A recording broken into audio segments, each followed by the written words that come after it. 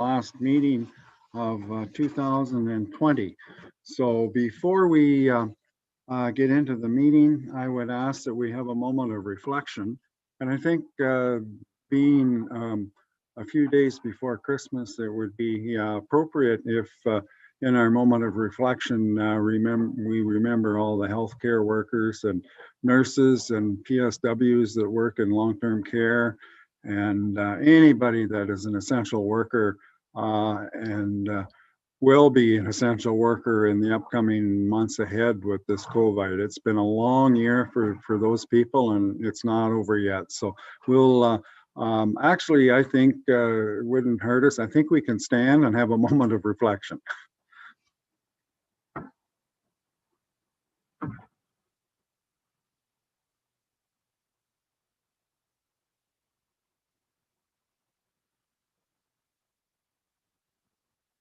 Okay, thank you. All right, the first item up here then is confirmation of the agenda, and I haven't heard from Carla that there's any additions, so I assume that the agenda is the way that we have it. And so a motion to confirm the agenda as circulated would be in order. Moved by Councillor Rose, seconded by Councillor Marshall. Thank you. Any discussion? All those in favor? Opposed, if any? That is carried. Thank you. All right. Anybody have a conflict of interest with the agenda? I believe there is one. Mayor McKenzie. Yep, I have a conflict with 5.1 and 6.1.1 because of a personal economic impact. Right. Okay. Thank you, Nicholas. So noted. All right, moving on then, the consent agenda is there. It's a fairly lengthy one. There was 19 items on that consent agenda. Is there anything there that anybody would like a little more clarification on, or even possibly pulled and dealt with separately? Don't see any hands. Okay, then a motion would be in order to accept the consent agenda. Councillor, oh geez, Steve, Councillor Harold, and seconded by Councillor Tam. Sorry. Any further discussion on that? All those in favor? Opposed, if any? That is carried. Sorry, Steve. It comes up as Councillor HER, and I'm trying to think, you know. Okay, very good. All right, moving on then. The first item after the consent agenda is a delegation, and so this is 5.1, and I'm looking. We do have Carla Bink on the line here. So Carla, I will turn the meeting over to you, and you just moved. You're over on the other side of the screen now. So yeah, the floor is yours, and take it away. Mayor McKenzie and members of council, before I begin, I just want to apologize. I have been battling laryngitis for a few weeks now, so if at any point you can't hear me, just please let me know. But I'm here tonight to ask you to recommend to Perth County Land Division Committee to approve our application to sever B3520 by Grace Farms Limited. The severance is asking to sever 1 acre from the current 101 acre parcel owned by Grace Farms that's currently zoned ag. And we would like to attach it to our just less than 1 acre, which is also zoned ag. Well, we presented the county with several reasons. For us, the 3 most important include a place to build a shed to support our farm business. While that shed wouldn't necessarily support the farmland that directly surrounds our property, it would allow us to continue to grow our farm operations within West Perth. As we had indicated to the county, our farm business registration number and our farm tax returns could be provided in confidence if that is something that you feel is necessary. The second reason that we would like to add some additional property is to improve our driveway safety. So currently our laneway is located in the hollow between two hills. It is our sort of standpoint, and we would respectfully disagree with the planner's report that the current location of the hill is a better place for a driveway. As someone who has lived here for pretty much all of my life, I do find that there are instances where you can't see the vehicle coming up the road from the east. I've got into a habit of counting to 10 before I turn left out of my driveway, just in case there is a vehicle that I haven't seen coming. That's my practice. As a teen, that definitely wasn't something that I did on a regular basis. Didn't really think about it much, but as a parent of an almost teen, the prospect of the girls having to turn out of that laneway is a little scary. We'd also like to reduce our environmental footprint. The environment is something that in our immediate family and also our extended family is something that we talk about often. And we'd like to create and implement an environmentally sustainable approach to heat our home while reducing the need to rely on fossil fuels. So again, we would respectfully disagree with the planner that the easement would offer the best solution, given that we have no control over what is done in terms of that farmland, or deep ripping or any of those sorts of things that could potentially impact those lines. So those are the reasons that we would like to sever the 1 acre and attach it to our existing 1 acre of ag. As I said, building the shed to support our farm operations, improving the safety, and lastly, reducing our environmental impact. Okay, thank you, Carla. Just hold on the line there for a little bit. Any members of council have a question for Carla on her presentation? Councillor Trinkowski? You're muted, Dean. There you go. Thank you. I guess one question, Carla. Could you explain why it's preferable to build or to request the severance? Why it's preferable to build on the severance land as opposed to another site? What's the reasoning or the rationale behind that? If you could explain that further, please. Yeah, no problem. So the other property that we currently operate on is actually owned by my mother and father-in-law. That is a property that will eventually pass, but it won't, we would never own it 100%. That property would be something that it's sort of their wishes that would be split between my husband and his 2 other siblings. So for us to put all of that money into a shed, that depending on when my in-laws decide to make that move off the farm, we have that potential of basically losing the money that we've put into it. It also allows us to have some of those things here. So, you know, if Nick needs to work on equipment or those sorts of things, we can do that from home as opposed to him having to leave to do that. Okay, other questions? Okay, thank you very much, Carla. Appreciate your comments here this evening, and certainly we'll consider the comments that you've made. So thank you very much. Thank you.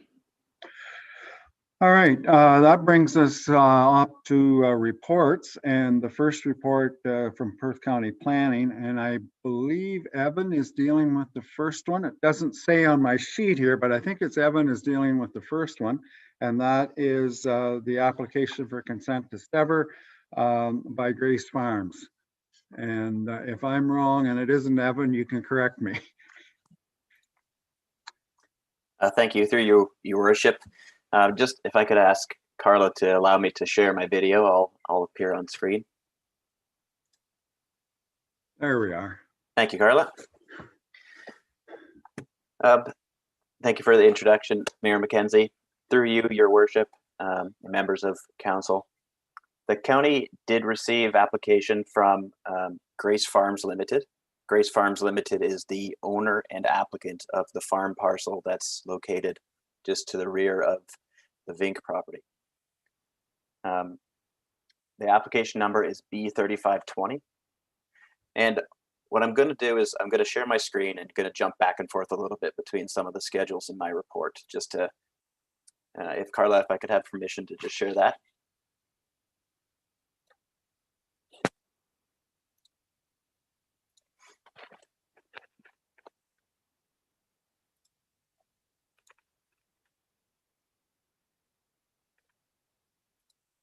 Looks like I'm still locked out.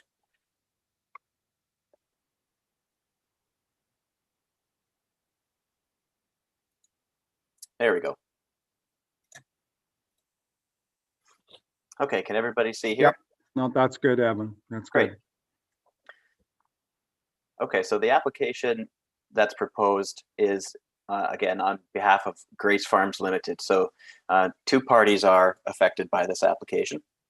Grace Farms as the applicant, who is proposing to sever off this 0.4046 hectare portion of their farm property, which sort of abuts into this flag-shaped lot, being the Vink property. I note that the Vink property here is shown as a zoom in. You can see the existing development. However, both the sketches that were received do not highlight the area. So the county has mapped the area of the Vink property using our online mapping. Essentially, what's occurring is approximately 1% of the Grace Farms property will be severed and conveyed to the Vinks. The Vink property is, as previously mentioned, around the same size. So effectively, this application would nearly double the area available for the Vink property. So we received the application some time ago, and under review with the applicant and the property owners, the county determined that there were some questions that we had, and we posed several feedback to them. The applicant was informed of the county's position on the proposed severance, and Mr. and Mrs. Vink graciously provided their comments on some of their rationale for the severance. What I can do is sort of walk you through the rationale, as was previously discussed in the delegation with Mrs. Vink. What they are requesting is an area large enough to accommodate a new geothermal system to service the home. The geothermal system would provide heating and cooling in a manner that is more sustainable than some older HVAC systems. The application also proposes to provide enough room for a second access off of Perth Line 24, which would be somewhere around here. So what I'm going to do is scroll down a little bit more.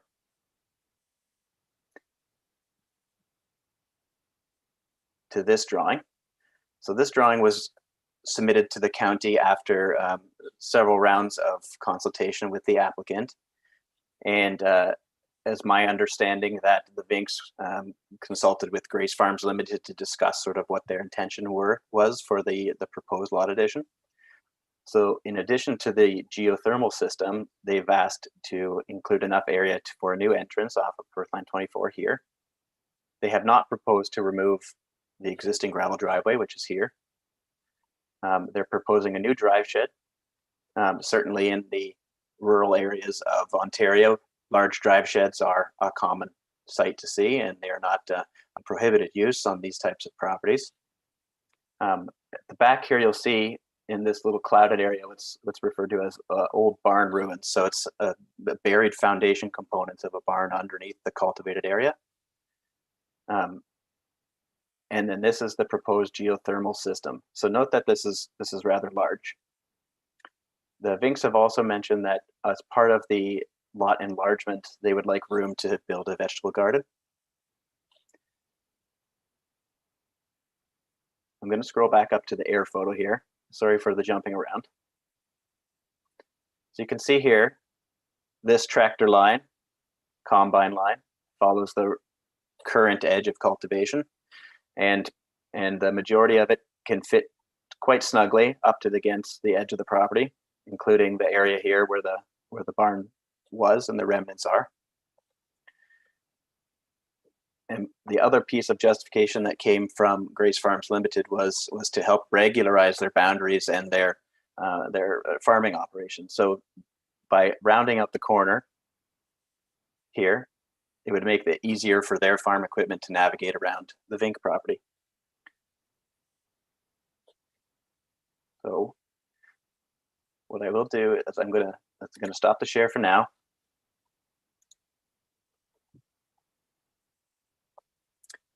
In the provincial policy statement, there is some exceptions for lot creation and lot adjustments. One of them being section 2342, which provides that lot adjustments in prime agricultural areas may be permitted for legal or technical reasons. They define legal or technical reasons as things such as easements, corrections of deeds, quit claims, and minor boundary adjustments. So in this case, the definition here is the minor boundary adjustment. Minor being, it must be minor in nature. Now that definition is rather arbitrary, but the county official plan provides some additional rationale into what minor is. So in section 568 of the county official plan, there's specific policy direction with respect to enlargement of existing non-farm use lots, which is what the Vink property is, and however does not allow consents for the purpose of enlarging existing non-farm uses, except when certain criteria are satisfied. So as a planner, when we're assessing these types of applications, I certainly empathize with the Vinks and with Grace Farms Limited in terms of their rationale for the type of application and the reasons that they need this type of area. But when we come up with a independent professional opinion, it's based on approved planning policy and the regulatory framework. So the conclusions that we've come with today are in light of those approved policies, specifically in this case, section 568 of the county official plan. So the criteria that can be satisfied to allow for these types of enlargements is that the need for the lot enlargement must be clearly identified, and such need must prove satisfactory to the consent granting authority. And the area being severed for lot enlargement purposes must be minimal in size and related to the demonstrated and accepted need. All of the lots involved in the consent application, being the enlarged lot and the retained farm lot, must be in conformity with the provisions of the local municipality's implementing zoning bylaw. I can confirm that they will be. The minimum distance separation provisions of MDS calculations must be satisfied, and there's no issue there. The area being severed must be united to the abutting lot to create one lot for the purpose of the Planning Act.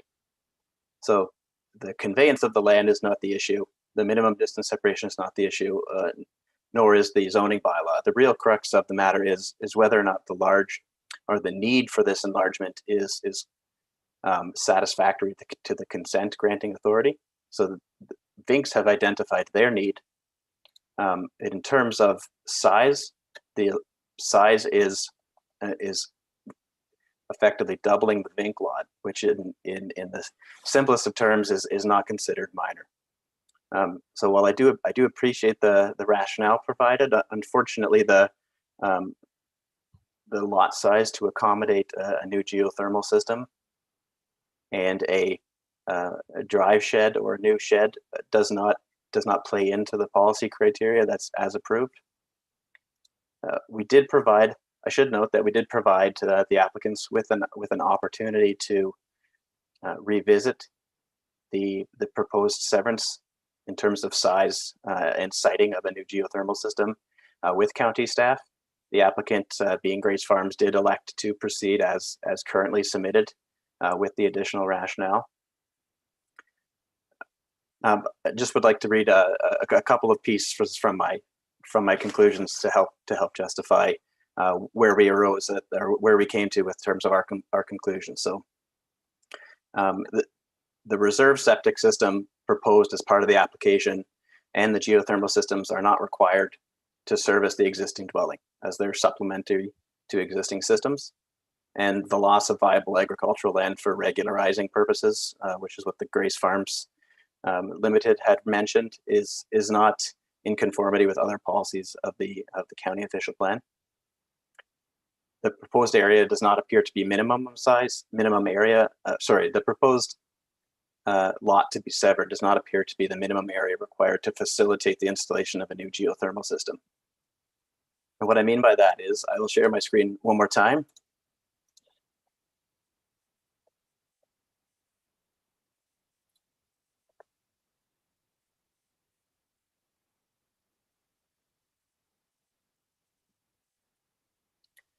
So this is the original sketch that was submitted by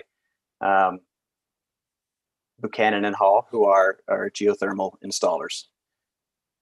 They've proposed a ground loop area of 300 feet by 25 feet in an L-shaped configuration. You can see here in the corner, this is where the geothermal system was originally proposed. When we raised concern about the size requirement for that geothermal system, the applicants brought it back to their consultants to discuss a revision. And what resulted was the revised sketch here showing a new system. So the crux of the matter in this particular instance is, what is the size required to accommodate a geothermal system on the severed lot? The drive shed and the new driveway are certainly matters for consideration, but not matters for consideration in terms of approved policy. So what we needed to do is determine what is the area required to accommodate a geothermal system. And it is noted that we had provided an opportunity to perhaps consider a revised sketch that would provide a reduced severed area for a lot enlargement. And there could have been opportunity to discuss that removal. There's some areas that, of course, the farm equipment can't get into, and perhaps a geothermal system could be located in a much smaller area. The second piece is, we don't know exactly the size of the geothermal system required to service the home, nor the appropriate location, and those are typically determined by an engineer. And the other piece is, the county does not see an issue with installing a new geothermal system to service the home. They can do it through another mechanism by way of easement, where they can install the geothermal system as proposed, or in several other variety of configurations, whereby they would bury the system as is done, and deep enough so that they can continue to cultivate over the lands. This would result in a new geothermal system for the Vink property, and it would result in the farm continuing to be used for active agricultural land.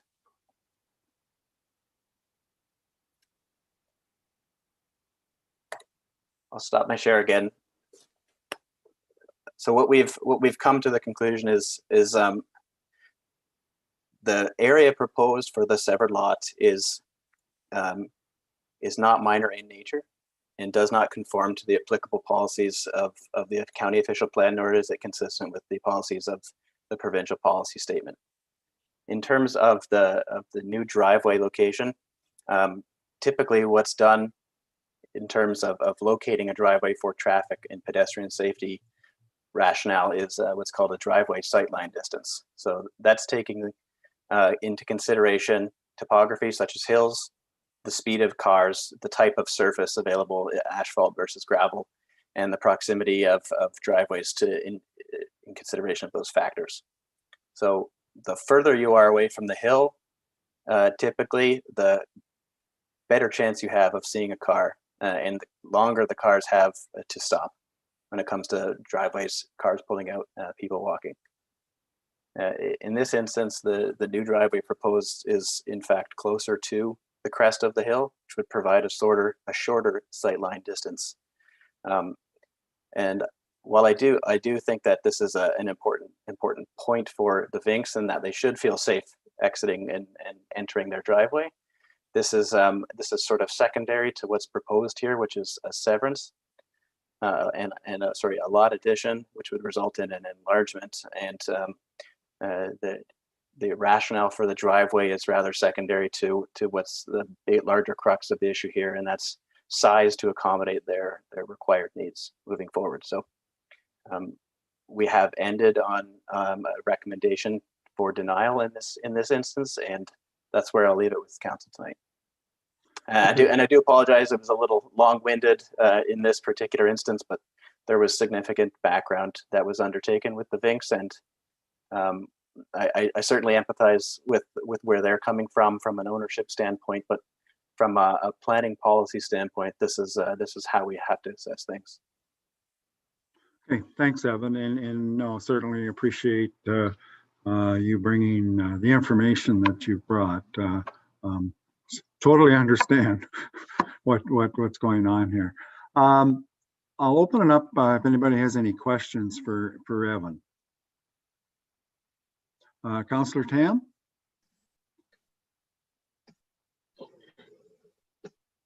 Are you there, Evan? Yep, we can hear you. Okay. Has this type of lot enlargement happened before in Perth County, or is this unique? Thank you, Councillor Tam. Through you, Your Worship, there are certainly many lot enlargement applications, lot additions resulting in lot enlargements throughout the county. And we have, in fact, seen certain lot enlargements to accommodate a septic system or a drive shed or various things for that matter. What happens normally is there's some sort of trade-off. Sometimes there's a swap, one portion of unused residential land to return to a farmer in return for some of their land that's maybe just better oriented, one for farming, one for non-farming uses, that kind of thing.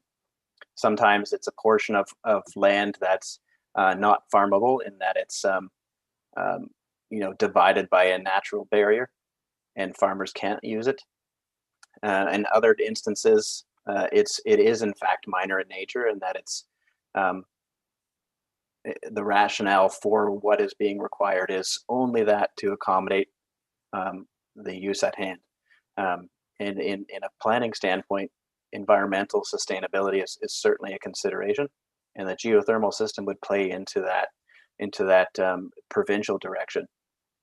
So it is not unusual to see these types of applications, but what is unusual is the doubling of a lot size to accommodate supplementary servicing and or an accessory structure that is not necessarily required for the operation of that residence. Other questions? Deputy Mayor Wright? Evan, pretend this house is still attached to the farm. In the last month or so, Sally McMullen, we've changed all our rules. We don't have to go the lease size anymore. You don't have to tear the barn down. You can have livestock in the barn. If this was a new severance, you would still vote against it, but would it be allowed?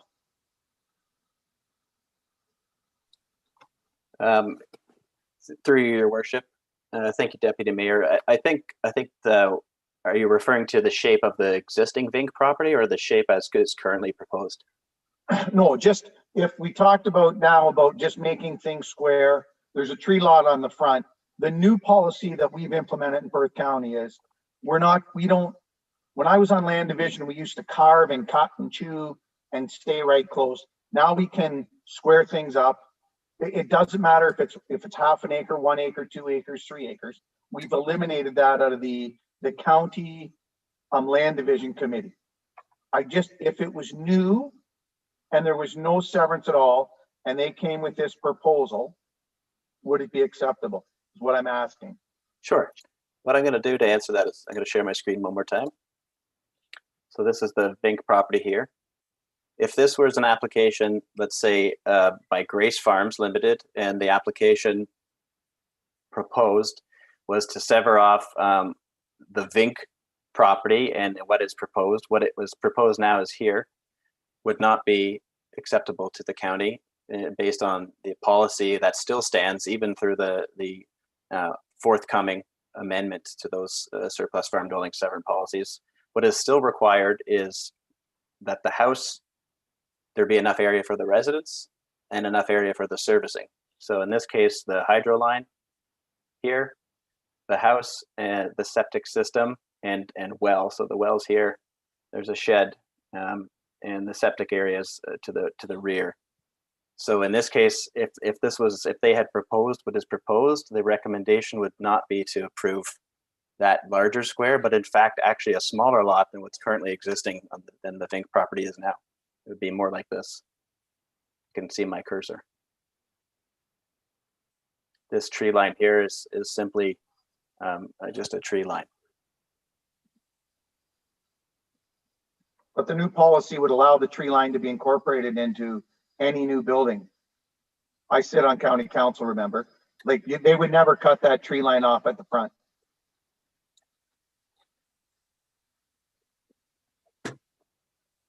Well, it would be my opinion that you would create a square if it was a new lot. That's where I'll leave it. Just maybe a clarification here. This has not gone through yet, Doug. Certainly,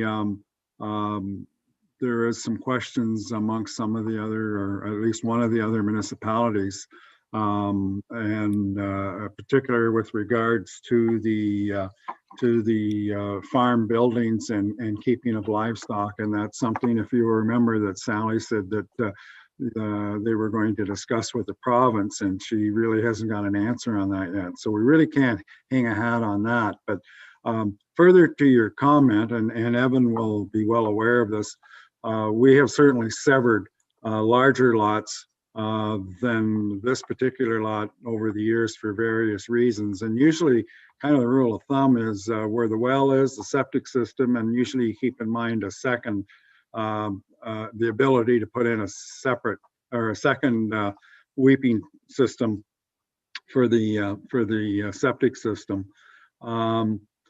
We've also had some that have involved a in-ground thermal. Help me out here. What am I trying to think of? Geothermal. Geothermal. Thank you. And we've taken that into account. And to my knowledge, we've always taken it into account, and we've never really talked about an easement, which is something that maybe we'll have to look at in the future, because as time goes on, there certainly will be more geothermal units that will be dealt with. But yeah, I just wanted to clarify Doug's comments that that's really hasn't gone through yet, and maybe, it may not go through. We don't know yet. It's too early to tell. Other questions from other councillors? Councillor Tinkowski. Thank you, Your Worship. I guess a couple of points of information. First off, with regards to the dual driveways, West Perth already accepted the idea of a dual driveway for safety reasons, and that would be the property, I think it's the Torrance property, on Huron Street at the top of the hill on the south side of the highway. As far as not conforming to provincial policy, I want to also make everyone aware that recently this year a hog barn development was approved at the Committee of Adjustment. That hog barn was less than the minimum distance separation requirement required by provincial policy, but that development was approved on the condition of a waiver signed by the adjacent landowner. So I just want to make those 2 points before my question to Evan is, how is the proposed usage of this property as applied for by the Vinks? How is that different to any of the other land uses immediately adjacent? And I point to 7392 line 24, which is on the north side, the northeast of that intersection. 7411 line 24, there's a shed. I believe that's on the southwest part of the intersection. There's another shed at 7451 line 24, and up the road at the side road at road 182 3254, there's a large beef barn there, or some kind of a livestock barn. So I don't see what the Vinks are proposing to do is inconsistent with the land uses that are already in place in the adjacent or in the immediate area. So I would like to get the planner's comments on that, please.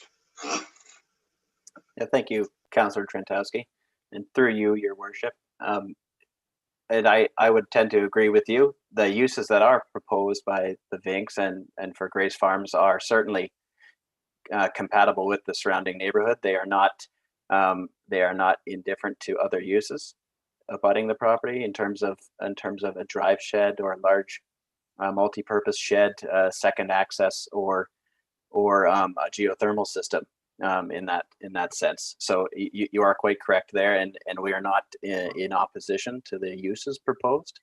In this particular instance, it's the size of a lot enlargement in relation to approved policies for a use that's not necessarily required to service that structure.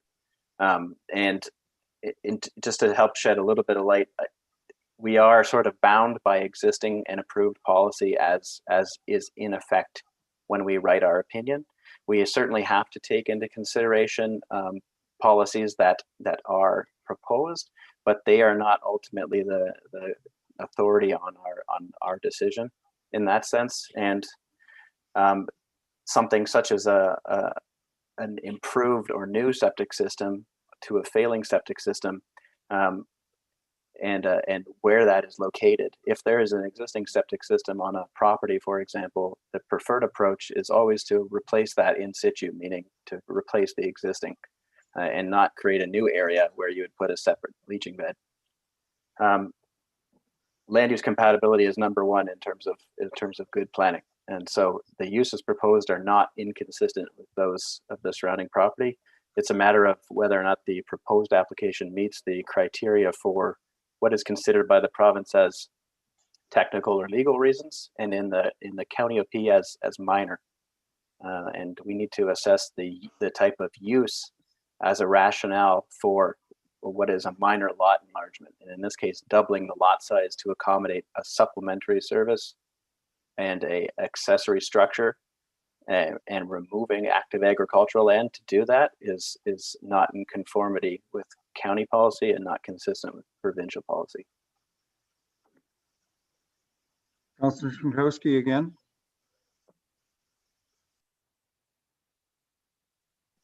Well, Your Worship, through you, I would submit that if anything, the proposed use would only be a temporary, taking agricultural land out of production temporarily. It always could be reverted back to agricultural production at a future date. The proposed geothermal area, I don't think, is inconsistent with other similar applications.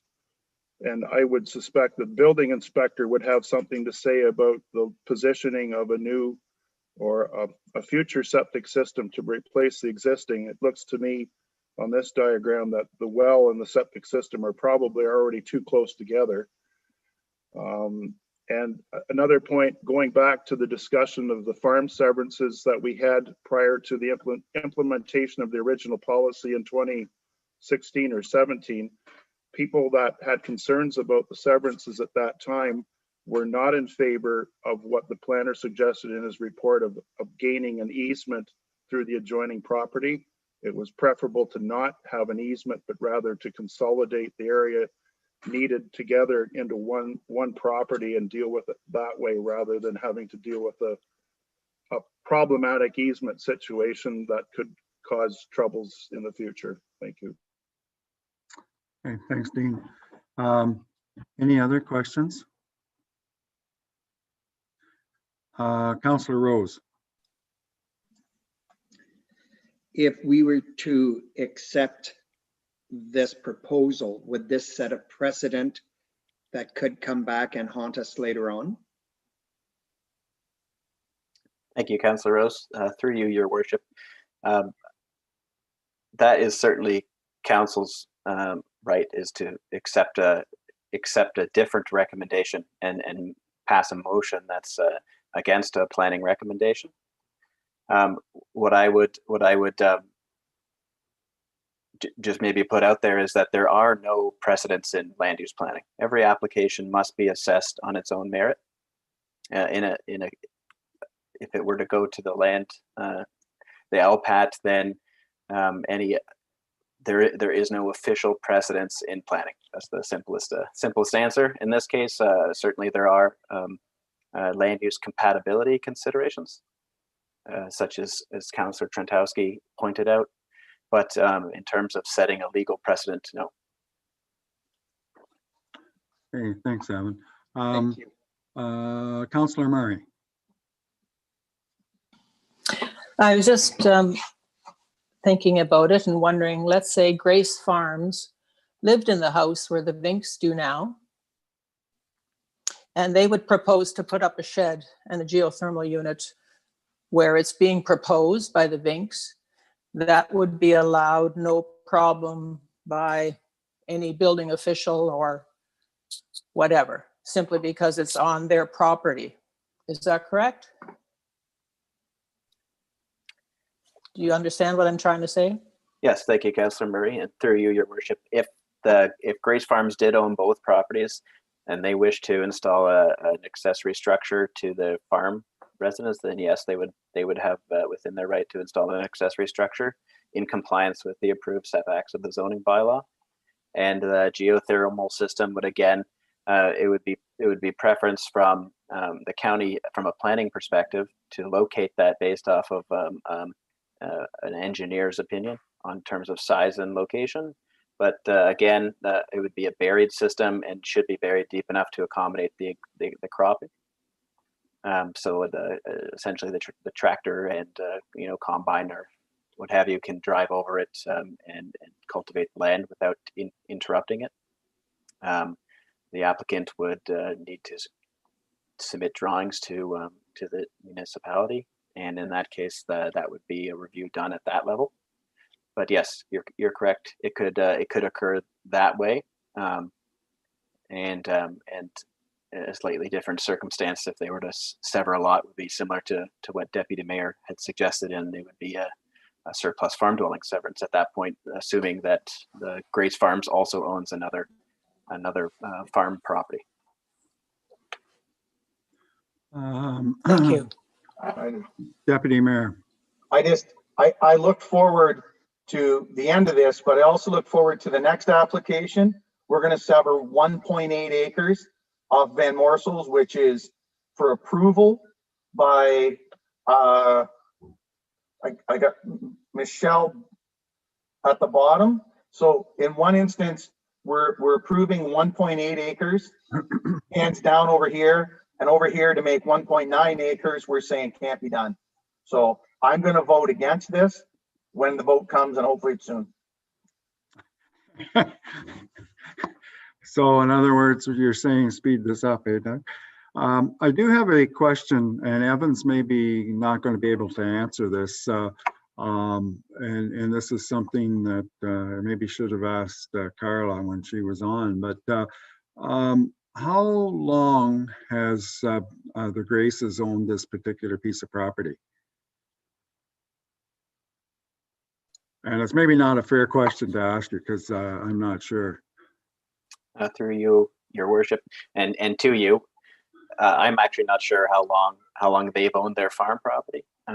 Perhaps Nick Vink, if he can jump on, can provide some clarity to that. Otherwise, I can answer. Yeah, either Nick or Carla's still on too. Do you know how long they've owned that farm? So Graces have owned the farm. When did Emmy move? How old were you, Emmeline? So about 4 years ago is when Kerslicks sold the farm to Grace Farms. Prior to that, Kerslicks would have owned the farm since they purchased the severed farmland from my great-grandparents back in the 70s. So yeah, I think it's been about four-ish years that Grace Farms has owned this property. They also own 2 or 3 other 100-acre properties on our 1.25 miles as well. Right. Okay, the only reason that I ask, and Evan probably knows where I'm going here, the aerial map was done in 2015. So if it was 4 years that they've owned it, the map that we have indicates how close they could work in that area. Certainly, Grace Farms has a lot more acreages that they go over, which would have bigger equipment. And I guess chances are that maybe this property that we're looking at, that they maybe cannot get in as close as what the previous owner did. But that's, just kind of an aside thing as much as anything, I guess. If I may, through you, your worship, and maybe to help speed up a decision on your end, the Vinks have graciously also submitted photographs of the south of the property where the former barn was located. They have indicated that a section of that land today is not as quality of soil as it may have been, and that they experience drought in that area just given the drainage because of the buried barn structure.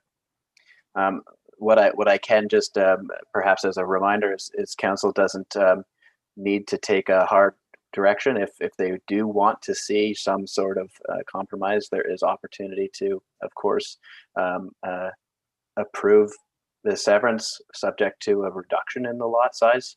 If there's any cause for concern in that, just trying to shed some light on opportunity.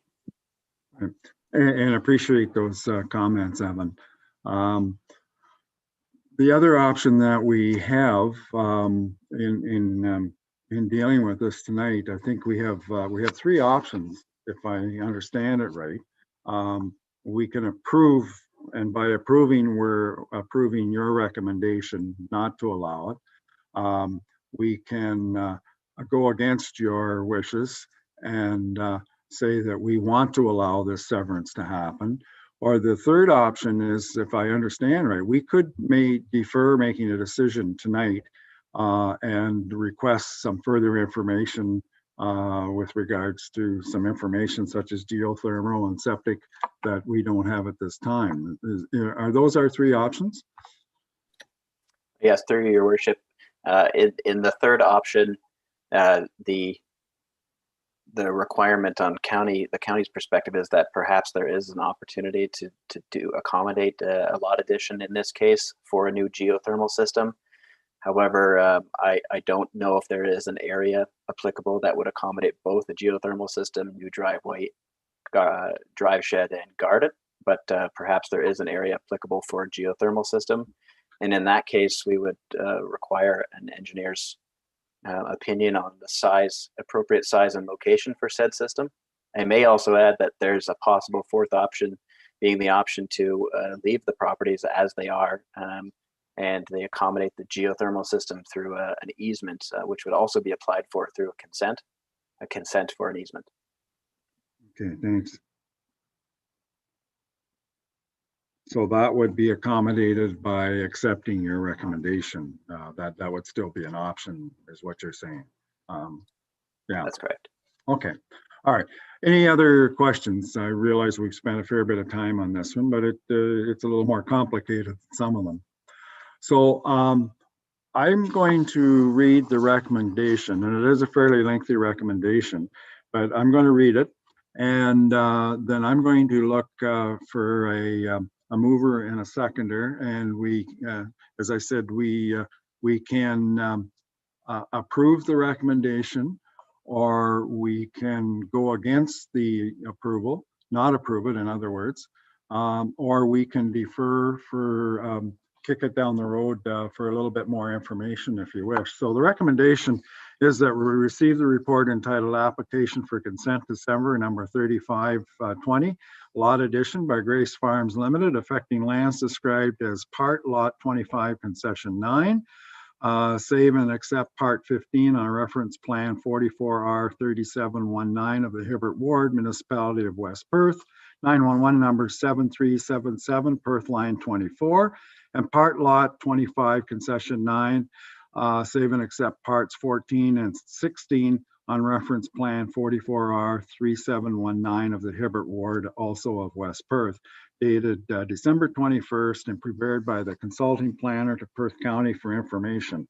And that Council of the Municipality of West Perth recommends that the County of Perth Land Division Committee not approve the application for consent to sever, by Grace Farms, affecting the lands described as Part Lot 25, Concession 9, as in R183515, save and accept Part 15 on Reference Plan 44R3719, Hibbert Ward, 7377 Perth Line 24, and part of Lot 25, Concession 9, as in R136393, save and accept parts 14 and 16 on Reference Plan 44R3719, Hibbert Ward, Municipality of West Perth.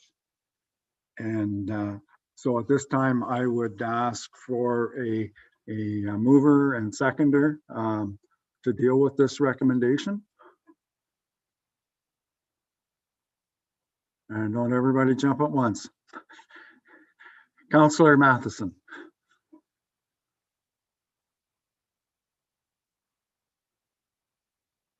Are you moving the recommendation as is? Or you're muted, so I'm not sure what you're wanting to do here. Sorry. I'll move it as is to get this going. Okay, so you're moving the motion the way it is recommended by the planner. Okay, so by moving this, we're denying the severance. Do we have a seconder for that motion? Councillor Rose, you're going to second that? Okay. Any further questions with regards to this? Okay, ready for the vote? And just to clarify, so you vote in favor of the motion, we're voting to not allow the severance, okay? So all those in favor?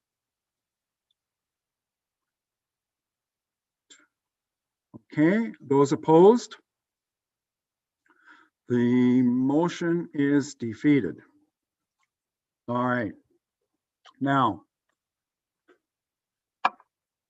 I'm looking at Evan. I can see him. I can't see Carla. Need a suggestion. Where do we go from here? Can we accept another motion at this time? I'm going to assume that you're talking to this Carla. I am talking. Oh, sorry. Yes. Yes, I'm talking to Clerk Carla. Yes. So right now, so that's been defeated. So now at this state position, there is no motion on the table. So a councillor could pass move another resolution. Okay. Is what you would do. You'd move it. But if if nothing is said and we move on to the next item, then that would be then in terms of Evan and the County of Perth, they would just receive no comments from West Perth Council is how that would be. So you either need to pass a motion so that those comments can be sent. And so when we pass these at West Perth Council, just for reference, then Evan would include that in his, as part of his report as West Perth comments. So, okay, thanks, Carla. Okay, so is there anybody willing to make another motion at this particular time? Deputy Mayor Wright? I'll make a motion that we accept the proposed Grace severance as presented to us to go to County Council, Land Division. Okay. And I'm not very politically correct there, but no, I think we got what you mean. And it's been seconded by Councillor Pinkowski. Any further discussion on this motion? Okay, all those in favor of Deputy Mayor Eit's motion?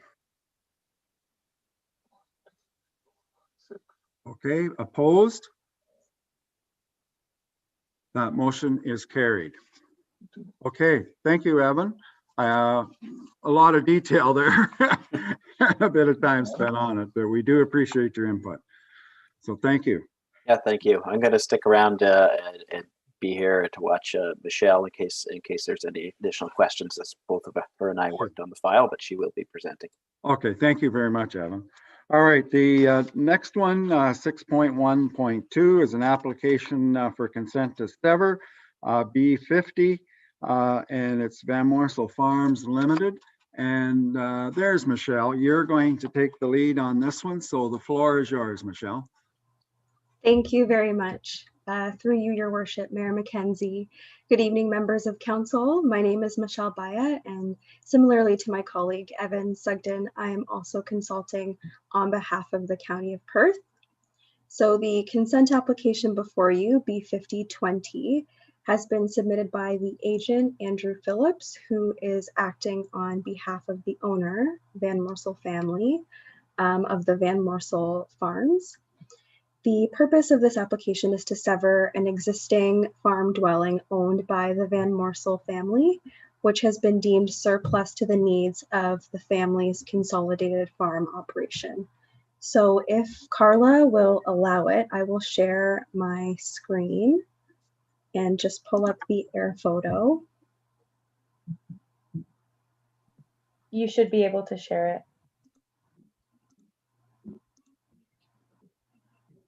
Oh. There we go. Everybody can see this?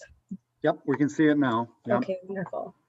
So as identified on the severance sketch, as identified in this air photo, the property is located at the corner of Perth Line 44 and Road 150 with frontage along Perth Line 44.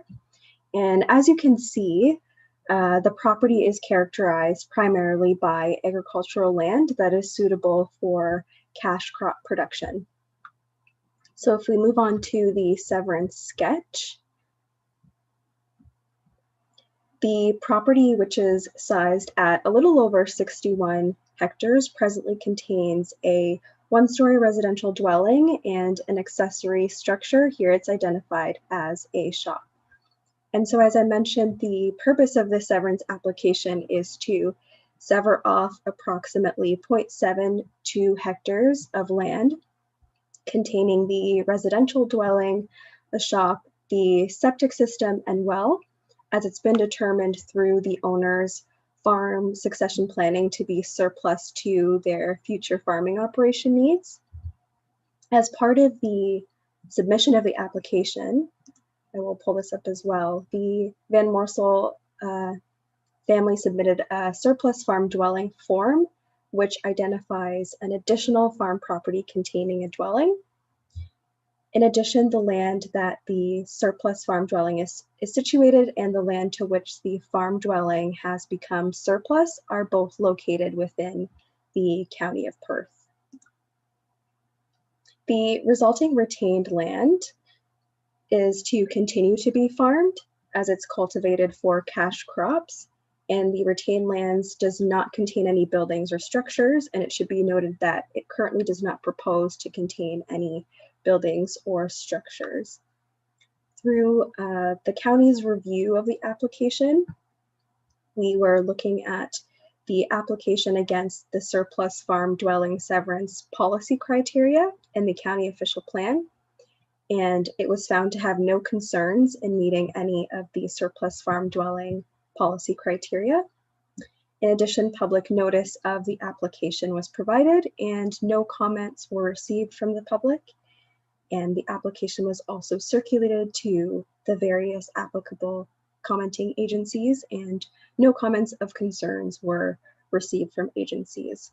So as such, the county is recommending the approval of this consent application, subject to the noted conditions identified within the staff report.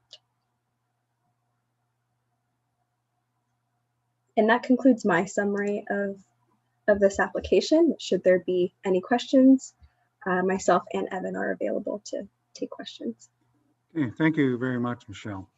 Okay, questions for Michelle with regards to this application? You're getting off easy, Michelle. Okay, if there are no questions, I don't see anybody's hand going up. Recommendation is here. And it's the gist of the recommendation is that we received the report, consent to sever B50/20 by Van Morsel Farms affecting lands described as part lot 1 concession 9 and 10 of the Logan Ward, 5414 Perth Line 44. prepared by a consulting planner on behalf of the County of Perth for information, and that the Council of Municipality of West Perth recommend to the County of Perth Land Division Committee that they approve the application for consent to sever number B50/20 by Van Morsel Farms affecting the lands described as Part Lot 1, Concession 9 and 10 of the Logan Ward, 5514 Perth Line 44. And there's a number of conditions that are listed there.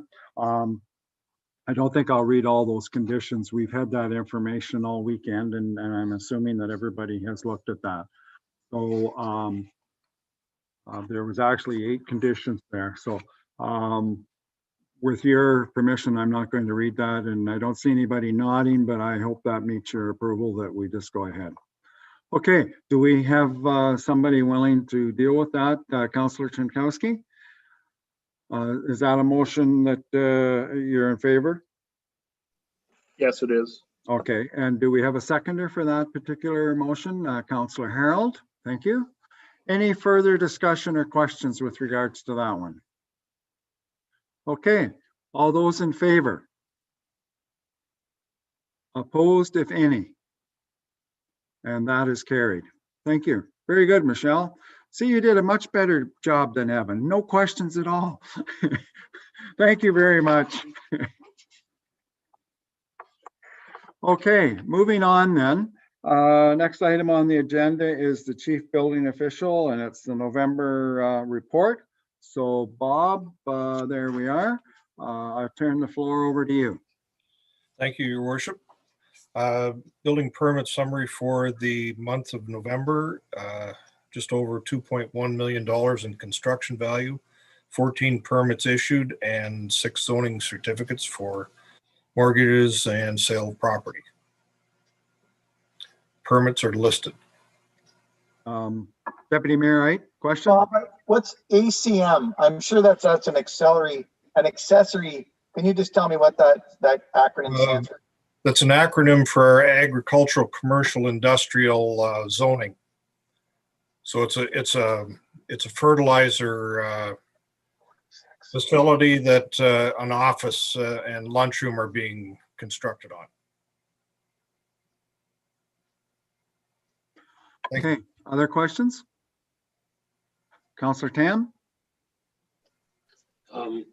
Any changes in operation with what came out today, Bob? Like, is it like the spring, or is it business as usual? As far as the building department, we're still essential. We still have projects on the go. There's still permits coming in and going out. Ours will be business as usual. Thank you. Okay, any other questions for Bob? Okay, thank you, Bob. Thank you. Merry Christmas to everyone. Merry Christmas to you as well. Thank you. All right, the next report is from the operations manager, and it is with regards to the winter modernization report that we were in partnership with all the lower tiers in the county, and they hired a consultant. This is the result of obtaining a grant from the province, and this is the result of that. And I'm going to turn it over to Mike. I believe he's going to walk us through it and give us the results, the good, the bad, and the ugly with regards to what the consultants found. So Mike, the floor is yours. Okay. Thank you, Mayor McKenzie and members of council. So as Walter briefly discussed there, he gave you the background of the grant. We applied and went to council roughly early December of 2019, and we were successful in this grant, and it's to look at our Perth County winter operations and see if there's any optimization that we could do to possibly save some money. The County of Perth took the lead on this project, and we issued a RFP early last year in February, early March, and we accepted CIMA consultants out of the Toronto area to perform this study for us. They were tasked to look at everything from equipment, our current operations, our practices, sidewalks, road patrols, parking lot, our shops and facilities, They looked at everything and every aspect of winter operations. They looked at basically 4 scenarios. They looked at what we are currently doing. They looked at the second option was what we're currently doing and if we could be any optimizations or better service levels that we could do. The third option was swiping and changing road configurations. So the potential of maybe the county doing some of our roads where we could do some of their roads. And the fourth option was a blank slate option, which was basically full amalgamation, blank slate. There's no boundaries.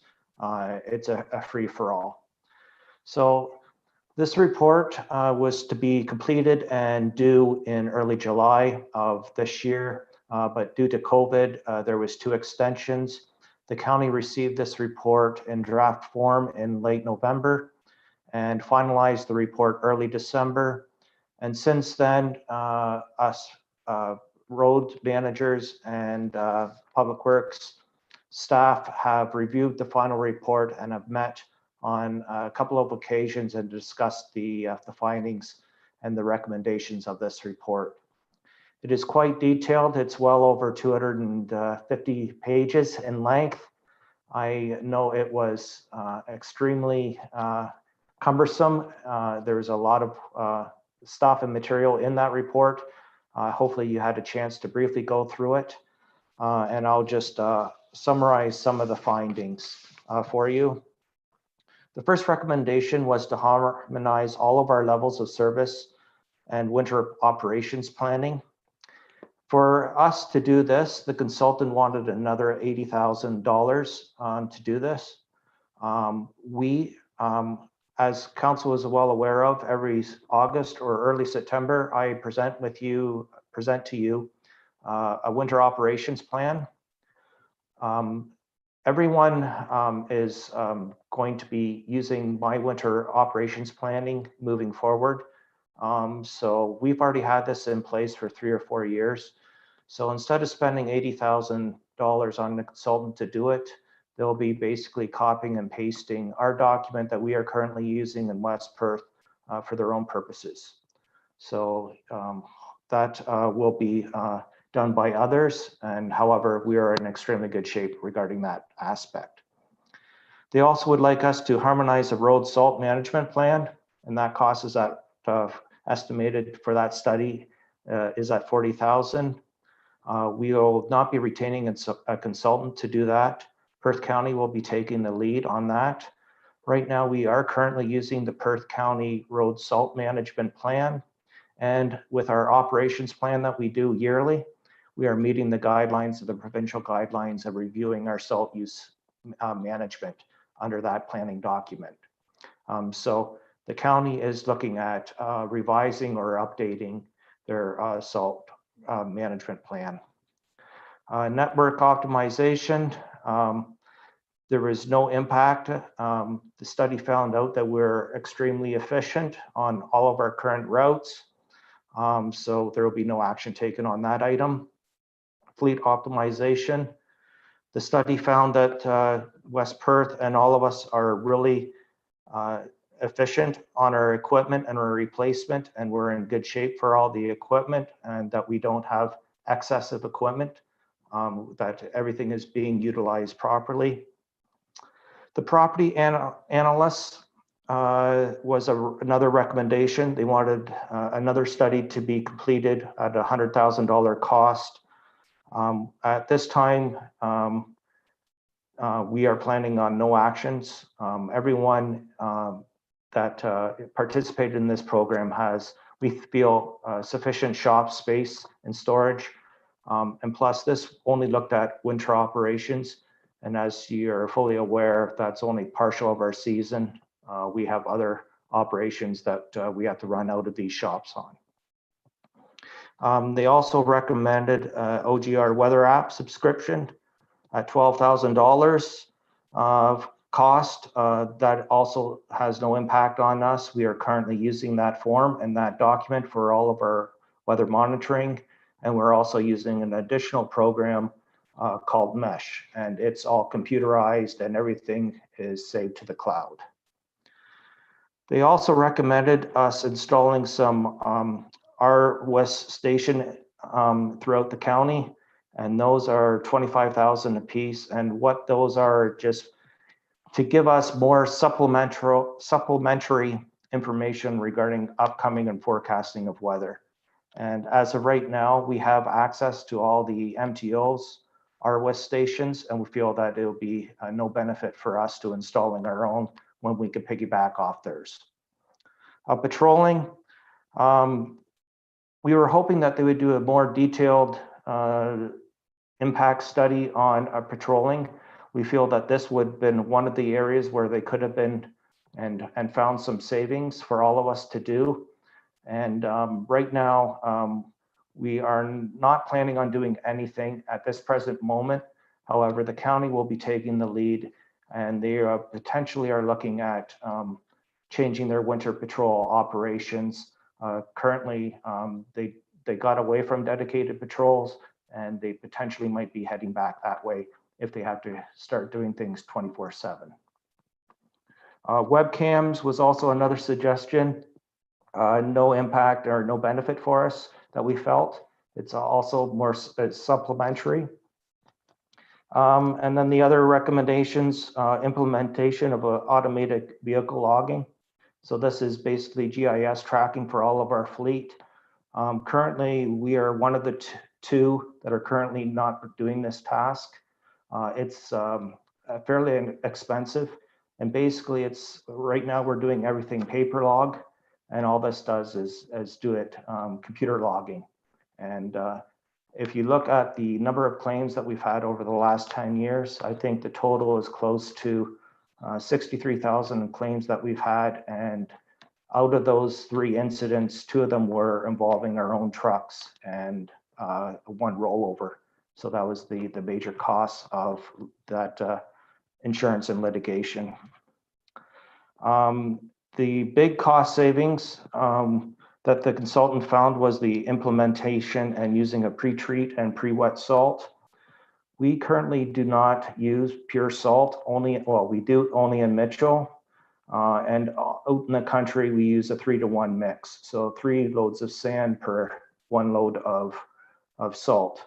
To implement, there is a cost benefit to pre-wetting. However, there's a capital component cost for all the equipment. And you have to take in the fact that you'll be using straight salt more.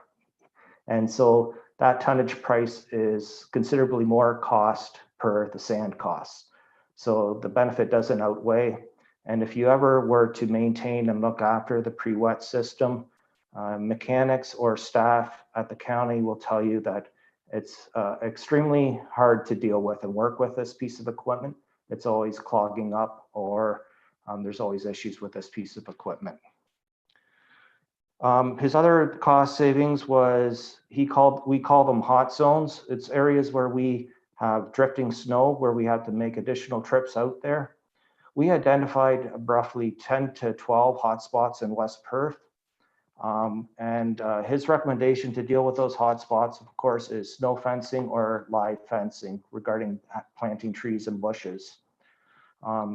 So everyone will be looking at those individually. This year, we went out and picked 3 of those spots and purchased some snow fence, and we installed those in 3 locations. Now, the issue with snow fencing is it even says right on the packaging that the snow fencing needs to be and required to be 60 feet away from the edge of the road or the distance where you want it to be. And our current road widths total is 66 feet. So in order to look at potential snow fencing in these high risk or hotspot areas, we would need to and be required to contact the farmers and come into easement agreements, which would impact their fields. We'll be test piloting 3 sites to see if it works. The other issue is so far this year, we've only had 2 or 3 snow events, which we're very grateful for. However, all those storms have been from the east, and it used to be always from the west, and that was where the issues with the drifting would always occur. So whenever we get an east storm, that's when we have most of our issues. And the last item that he recommended for us to do was a communications or 511 program. We currently belong to 511 program. However, he wanted us to supplement our service delivery of providing live traffic and road condition updates 24/7. And I feel that is not our core business. The risk and liability of that too is second to none.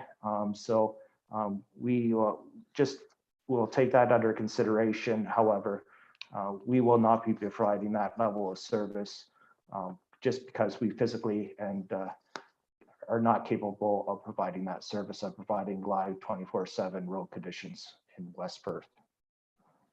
So the big synopsis of this is that we are running really efficiently and everything is really good for West Perth. There is really no additional cost savings. I imagine, and eventually the county will be looking at new AVL systems and a computer program. I said we'd be interested in participating in the figuring out what those costs would be, just to see if we could piggyback off them, and we'd decide at that time whether to participate in that program or not. However, that is a large additional annual cost to the municipality. So does anyone else have any questions? That's basically the report. The report was actually fairly flattering for West Perth. I thought that it showed that we're doing our stuff and trying to do it as efficiently as we possibly can. So I thought it was fairly good. Questions for Mike? Councillor Vink. Yeah, I would agree with you, Walter, that all the other municipalities copying your maintenance standard report, Mike, is a testament to the work that you do. So winter patrol, what percentage of the roads need to be patrolled during a winter patrol, and could, for example, Perth County patrol, and then I don't want to say it like this, but we consider it done, then the winter patrol done in our area because they're driving through our area anyway. Yeah, so I'll pick Hibbert for an example. So we have close to 200 kilometers of plowed road that we have to do, for an example. It's based on classification of your roadway. So we'll take the highest, the road standard that we do have in Hibbert, which would be line 32. So typically the majority of our roads in Hibbert are 4 and 5. We have one class 3, of course, 32. We'll go with that standard. So that class and that standard states that 25% of your roads need to be a representative sample. So of that 200 kilometers of road, 25% have to be done daily in the winter months of patrolling and as your representative roads. And I think right now we're close to 30% or 28% of patrolling our roads alone, but that's using class 3. And the optics out there, as you mentioned, is of course we know the county roads are right beside ours. They're always going out there. The county, I guess, has gone away from dedicated patrollers, and they're now doing something similar like us, where our plow operators are our patrollers also. And I think if they ever go back to that program, I believe with the communications and the way things are now, that they could patrol everything and communicate with us directly. And that way we'd be saving money instead of doubling up and doing everything twice. We could do it better and more efficiently. And if I could follow up again, Walter. Okay. Go ahead. And if we installed the GIS in our vehicles, would that save 1 man-hour a day or 10 man-hours a day, or not even one? It wouldn't save anything. It would be all computer back updated. And then it's an additional cost to do that. and sometimes you lose the information. Sometimes it picks up and doesn't register things. We know that, you know, especially down, well, it might change now, but down in, I'm picking on Hibbert tonight. South of Hibbert was always a bad area for communications, two-way radios, and cell service. These GIS units really depend on a good signal, and we may not have that in West Perth in certain areas, so you need to really rely on that. So then it would duplicate the work anyway. You get the GIS, oh no, now I have to fill in the gaps manually. Yes. Well, you'd have to spend more time to verify that we don't have computers at all of our shops, so then the guys would need their own computers and laptops to make sure that when they get back to the shop, everything is downloaded and the routes are fully and completely filled out and done. So that's another issue. Any other questions? Councillor Kinkowski? I guess not so much question, your worship, but as a comment or as an observation, I always get concerned when a consultant files a report and in their recommendations, they recommend that more consulting be done. Like I think I totaled up about $400,000 worth of proposed consulting costs. And whereas the operations managers already pointed out that staff has already has either already done that work or is in the process of doing the work.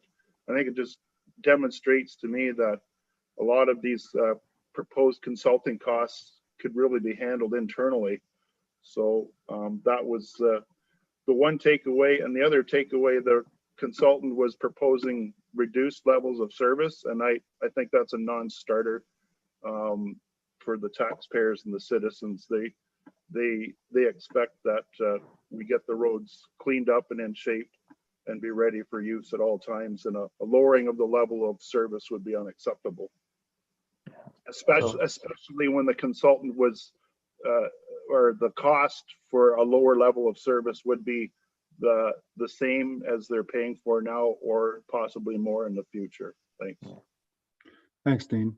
Yeah, that would be the only possible cost savings, was reducing our levels of service, which would increase all of our other costs, because if you're going to allow 8 centimeters of snow to fall before you start plowing, of course, you're going to have that layer of snow and ice on your roads. So then you'll be using that much sand and salt to try to get it off, and hours spent trying to do that. So there was no cost benefit to lower our service levels. Other questions? The comment I found interesting about the snow fences, because years ago that was a standard practice. Maybe not so much on the rural roads, but certainly on the highways, they used to put miles and miles of snow fences up. And I guess where I'm coming from, you said about an easement or whatever, but I think an agreement, if you had a bad spot, Mike can make a deal with the farmer that you put it up in November after the crops come off, and take it down in March or early April before the crops put in, and roll it up and put it away. I see that as a good alternative, and it really wouldn't hurt the farmer, and it might benefit us. Yeah. You know. So we're not going to ignore that recommendation. We're testing 3 sites right now. Mm-hmm. So. Okay, good. Okay, is there any other questions? It was as you said, it's a fairly detailed consultant's report, and you know, I thought it made West Perth look fairly good out of the whole report. So yeah, I think it was a good practice to do. It certainly, you know, over the years, people have said, oh, there's got to be savings, there's better ways to do things, but you know, I think this was a thorough report, and certainly indicated that you know, there's not the savings there that maybe some people thought there was. So yeah, I thought it was well done. And the people that did it were former MTO employees, I believe, or one of them was, weren't they? Yeah, there was a couple from the MTO. Yeah. But a lot of work was put into with everyone, like all of my peers and everything. I kept track of my personal hours, and I spent over 70 hours on this project. Right. It was But just quite you're gonna get, cumbersome. but you're gonna get 60,000 back for the road routes that you've designed, right? Yeah. The actual Okay. plow guys know what to do. So they're Yeah, the ones that create them and alter them if they could find ways to save and get back quicker. that's right. That's right. Okay, last call. Any questions? If not, we'll carry on. And the next item then is the December operations report. So we'll go into that then, I guess, Mike. Yep, no problem. So basically, we have once again, we have all of our annual safety inspections lined up for January and February. We're busy doing tree cleanups. We're just completing the 911 installations because of no winter so far. We are almost completed this. It's supposed to be a 2-year project. We're almost completed all of West Perth. We should be wrapping up hopefully in the next couple of weeks. And then we are busy doing other sign replacements because instead of the county doing our sign reflectivity this year, we hired Mesh to do them. So we had 165 signs to change, alter, and revamp in West Perth this year. Next year, we hope to be down back to around 5 or 10. The other thing is the tenders and contracts. I'm looking for a pre-budget approval request. Our 3-year gravel maintenance resurfacing contract had expired last year.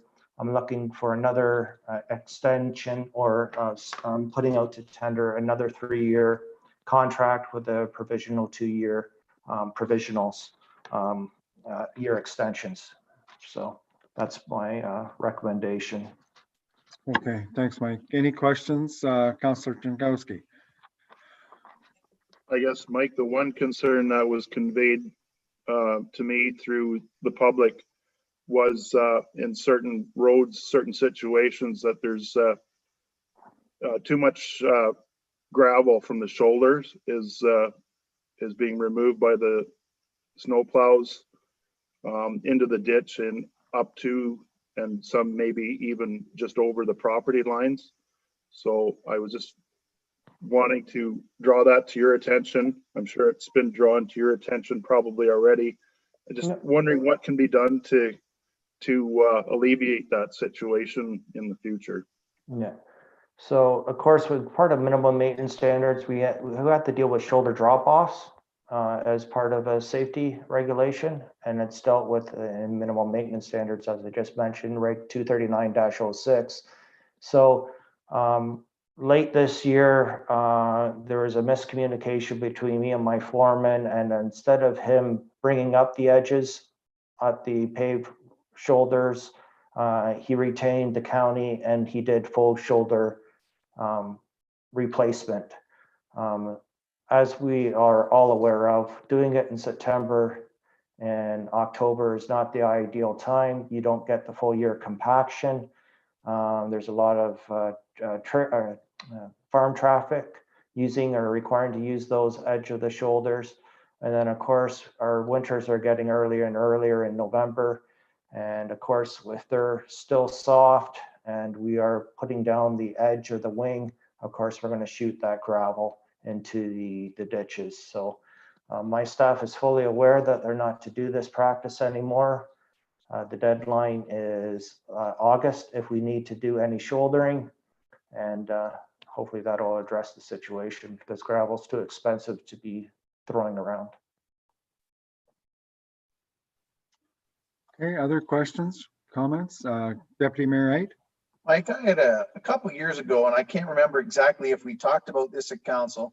You had talked to us about paving the gravel roads away from the train tracks. It was a safety concern, I believe. I don't know if anybody else on council remembers it, or maybe it was just you and I having a conversation somewhere down the road. Is there ever been any thought of that again? I notice I'm going to use Anna Marie's Road on 155. The gravel on the north and south side of the train tracks is getting built up. So actually you kind of dip down into the train tracks. And I can remember that, but I'm just not 100% sure the conversation. Yeah. So roughly 2 years ago, we had a close call with one of our operators ice blading and came close to being hit by the train because he couldn't hear the whistle. We've made contact with the railway system, and we've asked permission or permits or what is required to do that. They have changed managers a couple of times, and we are still waiting word. So we do have money in, well, this past year's budget, we did have money in there, and we do have budget planned for 2021 to do that. Just the asphalt approaches at the railway tracks. Okay, anybody else?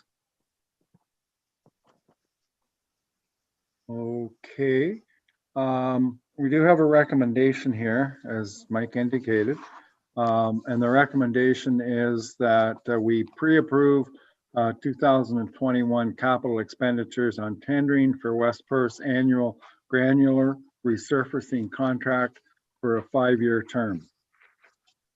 Do we have a mover and seconder for that? Councillor Rose, Councillor Bell. Any further discussion on that?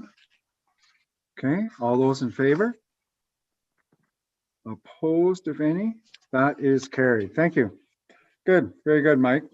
Have a Merry Christmas and New Year. Good. So I never told Bob, and I don't know whether he's on or not, but if you want to stick around to the end of the meeting, I was going to ask staff for year-end comments if you had some. So yeah, if you're here, fine, and if you're not, we won't hold it against you. Let me go get a drink. All right. Fair enough. Okay. Next is a good news story from our treasurer. So Angela, take it away. All right.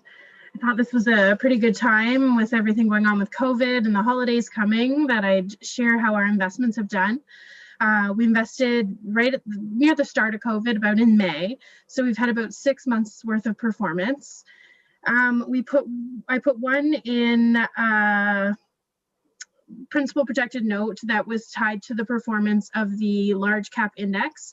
So we're sitting at about 11 or 12% right now, and our cap is 25% on that one. So if we were to pull that out now, we would be about a 3.1% return.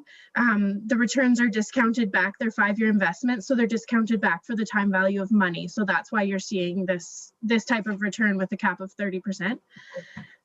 So the second one was an investment in a note tied to the performance of the 5 big banks.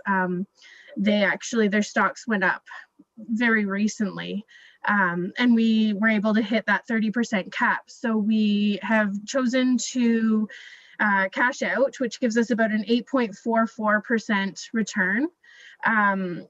In the report here, it's set about 250,000. We hadn't had it deposited in the bank yet, but we have actually received 295,000. So that's just with 6 months of doing nothing. Which is some pretty great news. GICs right now are around 0.8%, but you're locking up for about 3 to 5 years to get that 0.8%, which is actually lower than what we make on our checking account currently. Additionally, the high interest savings accounts have all knocked their interest down to 0.1% return, and that's 0.1% for 12 months, not 6 months. So we've done really well here in West Perth. And what I'm recommending is that we establish a tax stabilization reserve. We want to optimally use these funds for something with a finite timeline. We would use it for like one-time pressures because it's not a sustainable source of income. We won't get 295,000 every 6 months, but we've got it now. So we would offset it against something in the future if something comes up. But council has any questions or comments? Okay, questions for Angela? Other than I don't think she'll invest your money. You have to look after that yourself. Certainly has proven that it was a good investment and a good thing to do. Councillor Tam. When is the next opportunity to do it again then, Angela? Like when can we reinvest after you hit that cap? It's already reinvested. So basically what we did was we cashed it out, rolled it into a new investment with different terms, and the money is in our bank account already. So I invested the principal amount again, and they've removed the caps because the market has recovered some. So the return potential isn't as great, but it's still there. And we would be able to get 65% of the participation on the performance of those stocks in the future.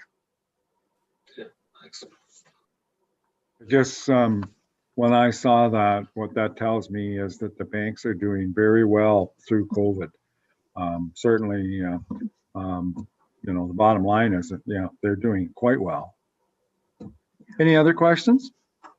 Okay, we do have a recommendation here, and that it is that we received a report entitled Investment Update, and that West Perth Council authorizes the establishment of a tax stabilization reserve using the interest earned on the PPM.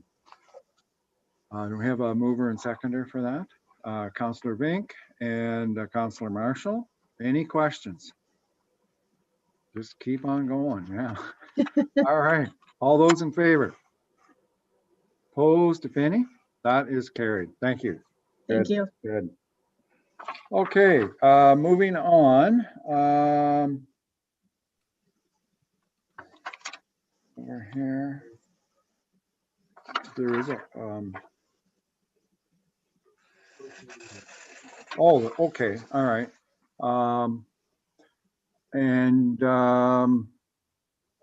That's Carla's going to do that. Yeah, I had to just find the right spot here. So Carla, you're going to report on the closed meeting investigator.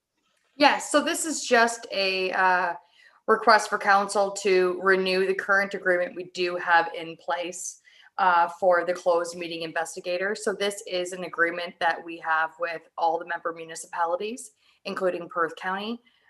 There is no retainer with this individual, so it would just be the hourly rate should it be needed. So just looking for support to renew the current agreement. Okay, any questions? Councillor Bell? No question. You're willing to move. Do we have any questions? Okay,